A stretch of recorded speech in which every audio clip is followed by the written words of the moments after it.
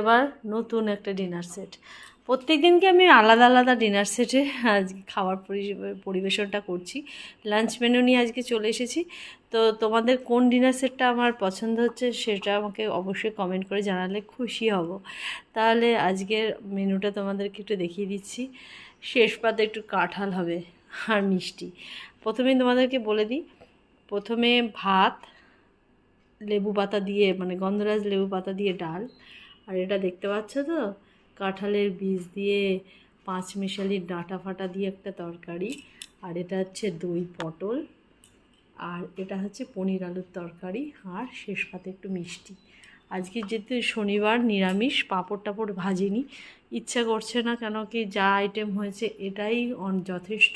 এর থেকে বেশি আইটেম হলে না খাওয়া যায় না।